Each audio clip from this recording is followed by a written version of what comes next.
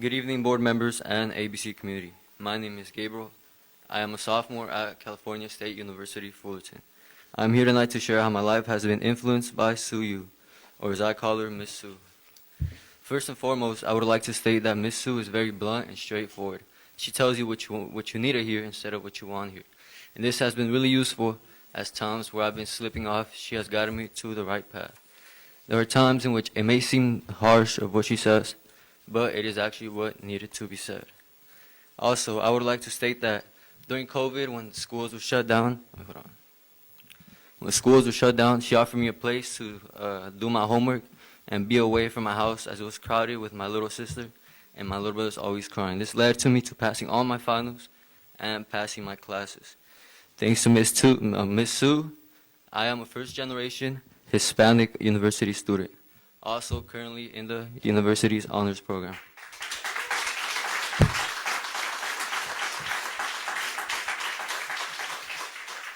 In conclusion, I would like to state that Miss Sue has been really supportive and really influential in my life, and for that I would always be thankful. Thank you. Good evening, board members and the ABC community. My name is Eli, and I am a senior that is currently attending Cal State LA. I am here tonight to share my personal experience about Miss Sue, who has been a family friend for over 10 years. We often get together for family gatherings, to which she never fails to come. Some of these include birthdays, baby showers, and weddings. A few years ago, one of my uncles got married, and Miss Sue was, of course, invited to join in on the celebrations. My family and I would get together with her family to enjoy the festivities by dancing, eating, and laughing together. I would also like to add how considerate Miss Sue is to my family during these celebrations. See, when Miss Sue would join us at our family gatherings, she would communicate with our family and friends in Spanish instead of asking us to translate. She knows that there's a language barrier between her and others, but she manages to put in the effort to communicate with them. This effort has made her very approachable to newer members that we have presented to her. During the holidays, our families get together to hand out food and water to the homeless as a way of teaching us the importance of giving back to our community. Miss Sue is someone that my family and I enjoy having as a guest at our home, and we always look forward to future visits from her.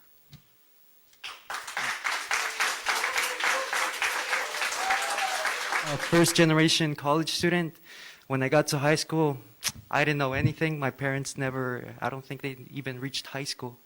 So I didn't have any resources to really get exposed to college. But Miss Sue really helped me, and I am always going to be thankful for that. She helped me get tutoring for AP classes. I know I was taking AP classes, AP statistics, AP calculus. But it was so hard, but just through her resources and her help, I was able to get through.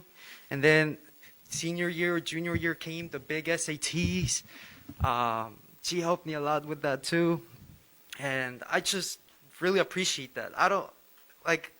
I'm Hispanic, and I don't know, it's that college, it's like a big step for us. And me reaching that as the first generation, it's just amazing. And I'm really happy that Sue helped me through that. And also, the essays for the UCs, for the applying to Cal States, doing the FAFSA, all that. I didn't know how to do all that.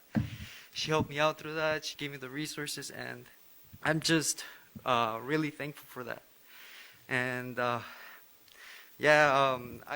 do see her as a role model, an influential person, and I don't know, I just love her so much. She helped me so much, and I'm just really appreciative of that. And yeah, thank you. And also, Dr. Olga Rios, I've seen you trying to get more education, more support to us Latino students, and I really appreciate that. Thank you, board members, and thank you for having me. Have a great day. Greetings. My name is CJ. I'm a retired educator of over 30 years working in the classroom and as an administrator in various contexts, including the inner city of Chicago, as well as the suburbs. I'm here to promote family-based education in the school system.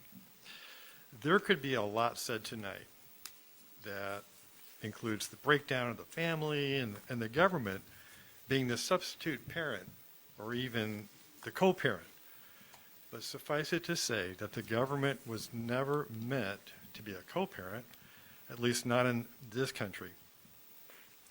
I understand that there are topics that have been discussed tonight that assume the supreme authority of government, dictating their role in what is taught in public schools. That is really foreign to the constituency of the United States of America. The people by design in our country must have a say about what their children are exposed to in the classroom, which is one reason why some are advocating for cameras in the classroom after what shocked parents learned their children were taught in Zoom meetings during the lockdown of 2020. Now, I'm not here to promote or defend any particular thing in its details. However, let me just say, not long ago, I had a colleague, a fellow teacher, who was originally from Russia.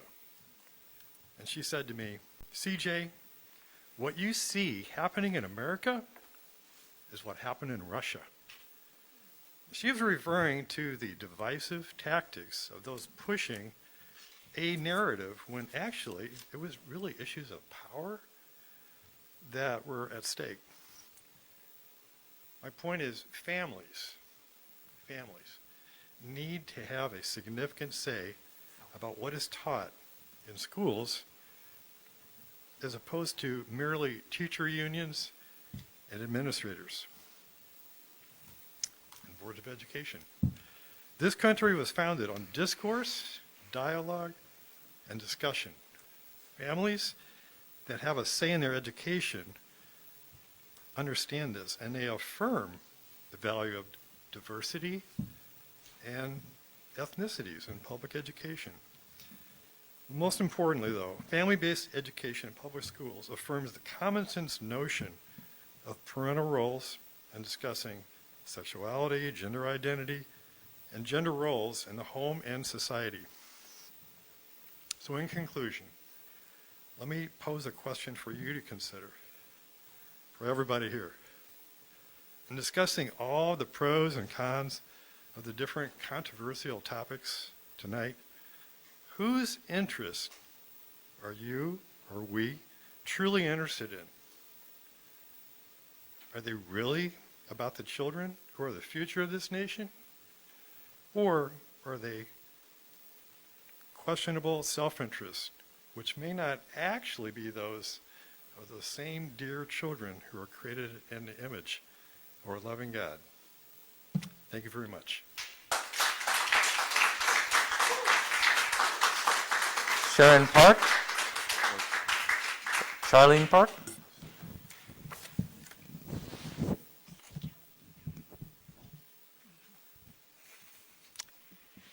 I appreciate all of you, your efforts and time for us to join this public hearing.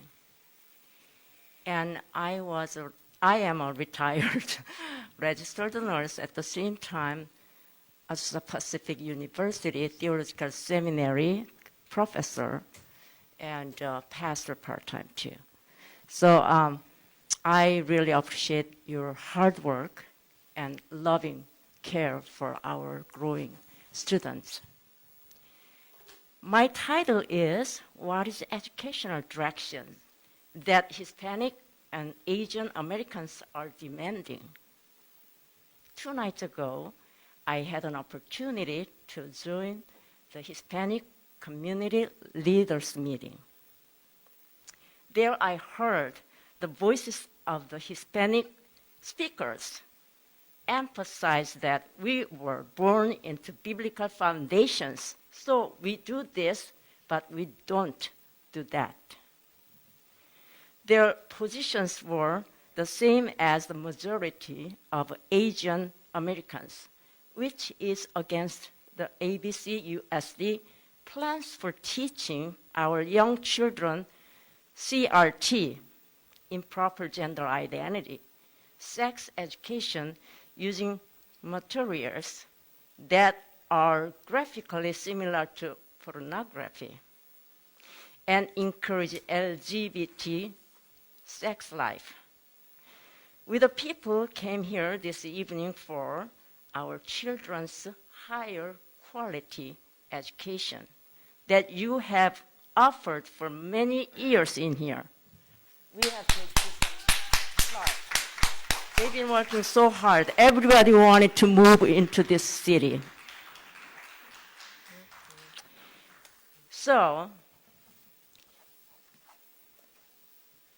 that was actually conservative kind of education.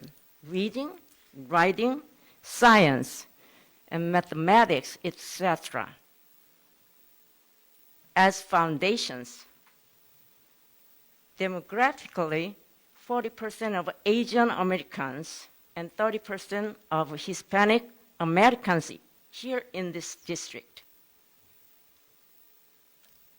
strongly oppose these improper teachings, but embracing your conservative teachings you have been doing. We all have the legal right to be in charge of our own children's education. We demand that the government and schools not indoctrinate our children with these improper teaching materials. We align with the moral code that the American founding fathers built up for us, which is to follow God's ways. We also learned that a well-known board member, Yusu, in this district going through a very difficult time, largely because for the sake of our young children, she stood against teaching this improper education. You should know that. What she said was not the real meaning. She was talking real thing, improper teachings to be gone. So she had a sentence out of that main important work. We ask that you get rid of these improper materials as quickly as possible and keep what you have been teaching proudly. We will continue to support what you have been teaching. Under the Freedom of Information laws, these laws is going to help us to see what you've been doing all along. We also ask you to give us these documents with the information on what the board members said and how they voted this particular agenda, and also what had been going on in here. We want to have documents. Under the law, you should prepare for each one of us to receive. We are American citizens who are assembling peaceably to speak out on behalf of our young children's education. Thank you. Your time Thank is you up. so much, and thank you for listening. Um, 10:30. Technically, our meeting's over at 10:30. Yes. Michelle Martinez, you're next. Thank you. Thank you for patiently waiting for us, Ms. Martinez.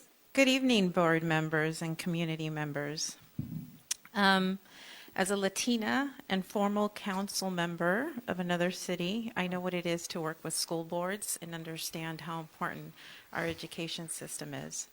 So let me just begin by taking us back to 1996 at the DNC convention when Hillary Clinton stood before America and told us that parents were questioning a popular culture that glamorized sex and violence, smoking and drinking, and teaching our kids that the clothes and the logos on their backs are more valued than the generosity in their hearts.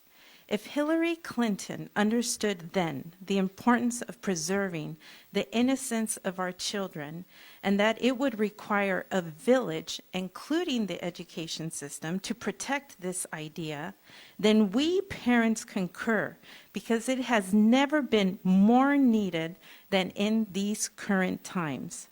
How is it possible that 25 years later, this promise has been completely eroded and the new mandates being implemented across our state are harming our children with forcing unknown substances into their body, sexualization in their curriculum, and forcing a false doctrine of critical race theory?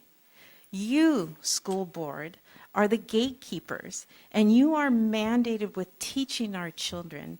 As parents, we entrust our children to you during the school day to educate our children and train them up to be prepared to either enter higher education or to have the fundamentals to flourish in today's commerce and to raise up their families to be self-reliant and successful. It is critical they be educated with strong, solid basics that prepares them to be productive citizens. Instead, today's culture is focused in redefining our history and focusing on the color of our skin, teaching our children that somehow, as a brown child, they should linger in the past transgressions of our country rather than the American spirit. The American spirit, which offers the hope to grow up to be possibly the United States Treasurer, or even the President of the United States. All things are possible for those that believe that it is not the critic who counts, but rather the individual who strives. They may fall short, but they learn that the victory is in daring. And I may have stolen the words from one of our dear presidents, but it holds true today. That our children should be taught that with a fundamental good education, all things are possible, regardless of their race. As a first-generation American whose parents immigrated from Peru, I was the first to attend college. I was the first to sit as a CEO at a table. I was the first to accomplish those things, to serve my community, to have safeguarded our futures for my family. And this is possible because of a good education system that based itself in the fundamentals of math, sciences, and English, and what we need to survive in this world. We leave our past behind us where it belongs. And the American spirit is to look to the future and all of its amazing possibilities in a country where democracy comes first. So, Latinos value family and God and the opportunity of free enterprise. We come here in search of the American dream. This requires a solid education and tenacity and hope, and an environment that focuses on celebrating the possibilities, not the hypersensitivities of a race-driven politics. In closing, I remind you of Hillary's final comments at the 1996 DNC. Parents are first and foremost responsible for their children, but we are all responsible for ensuring that our children are raised in a nation that doesn't just talk about values, but acts in ways that values families. And I am so thankful for Vice President Su Yu, who actually exemplifies that in the witnesses that we've had here tonight that have been impacted by her good guidance. So I thank you, and I ask that this board would continue in that tradition. Thank you. Sharon Washington, Kirit Chelhan, and Megan Mitchell.